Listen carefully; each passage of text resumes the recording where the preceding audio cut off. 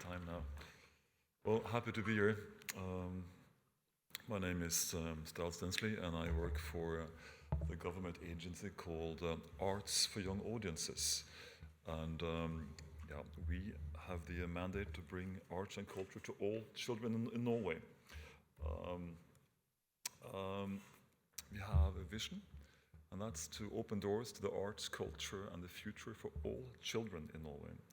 And in particular in schools, where we have the responsibility for a program called the Cultural Rucksack, translated into English. And this is a program where we bring professional arts to all pupils, about 3 times a year, to all 3,300 schools and all 825,000 pupils. So we have a quite large audience, and we bring professional art. We don't teach art or have learning programs for arts. We have various kinds of artistic expressions, projects, altogether 4,000 artists and 4,000 touring art projects of all kinds and varieties toward this rather long country. I mean, if you turn Norway from the south, from the tipping point in the south downwards, you come down, you would travel from the south to all through Sicily. It's more than 2,000 kilometers long. So it's a pretty interesting touring program, also in the age of sustainable touring. These 4,000 artists, they represent all kinds of expressions, all kinds of, I would say, analog expressions, music, film, literature, cultural heritage is also one of our target groups, performing arts and visual arts, and of course all kinds of various crossovers between painters, monks, and musicians. So we have this diverse range of expressions. But talking about ASEA and the next audience coming up, most art is still quite kind of analog. And what we see with all these 825,000 kids in schools in Norway is that they're not just millennials, they are mainly consuming their media, their art, on screen, on their mobile phones, and in their own bedrooms. Pupils don't go that much to theater or in ballet or in concerts anymore. The primary cultural arena for consumption is on their screens. This is what we see. Digital technology has changed the world, and in particular childhood. I think for those of us who have kids know about what we can call bedroom culture. Kids hide in the bedroom and consume the culture, or they share. But in terms of this program and my institution, we face a challenge. That's to realize that potential of digital technologies to promote democracy. We have enough experiences of how it can be used against democracy for surveillance, etc. But for our agency, it's the task to also influence kids towards, well, if you call it classical art or better arts. It's kind of hard to say, but we want to disseminate the best possible artistic experiences nationwide. And this is, of course, again, where the digital medias come in. How can we not just tour analog artists? That's a wonderful program to have analog artists or physical art experiences. But how can you ensure that they get a wide enough variety of artists and expressions, and that provide a basis for their own cultural Bildung in German, or education. And this is where the digital art comes in. And we face the task that not just are the arts to a larger degree still quite analog, and the dissemination methods analog. There's also a great resistance also after COVID, and also despite of all the digital or attempt to translate culture into the digital arenas.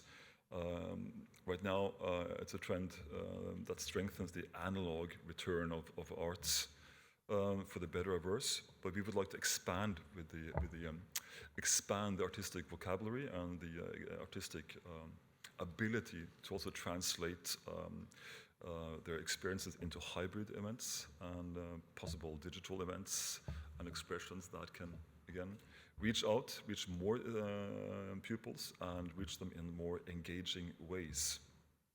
Not replacing, but extending it.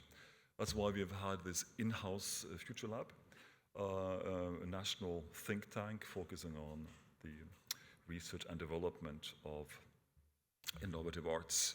So what I'd like now for the last minutes and before remaining 4 minutes is to go through some of the projects we have been developing and co-developing with artists and museums and various collaborators in Norway.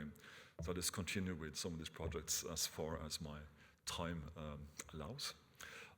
One project we did was this virtual Viking scenario. It's a part of the Cultural Heritage Program where we have been modeling old virtual or old Viking settlements and using what we call holocap technology, 3D recording, positioning actors inside there to in sort of a one-to-one scale to get a virtual landscape where you can actually engage with the real 3D actors. An example of how you can use virtual or digital technologies to expand the traditional museum experience. Also here, how can you do a scaled-down version of 3D movies, the immersive, how to make an immersive movies that you can actually take on tour. You all know Ars Electronica's Deep Space, this wonderful, amazingly, high-definition screen. But how can you actually build something that you can tour and take on and enable multiple people to engage with 3D environment at the same time?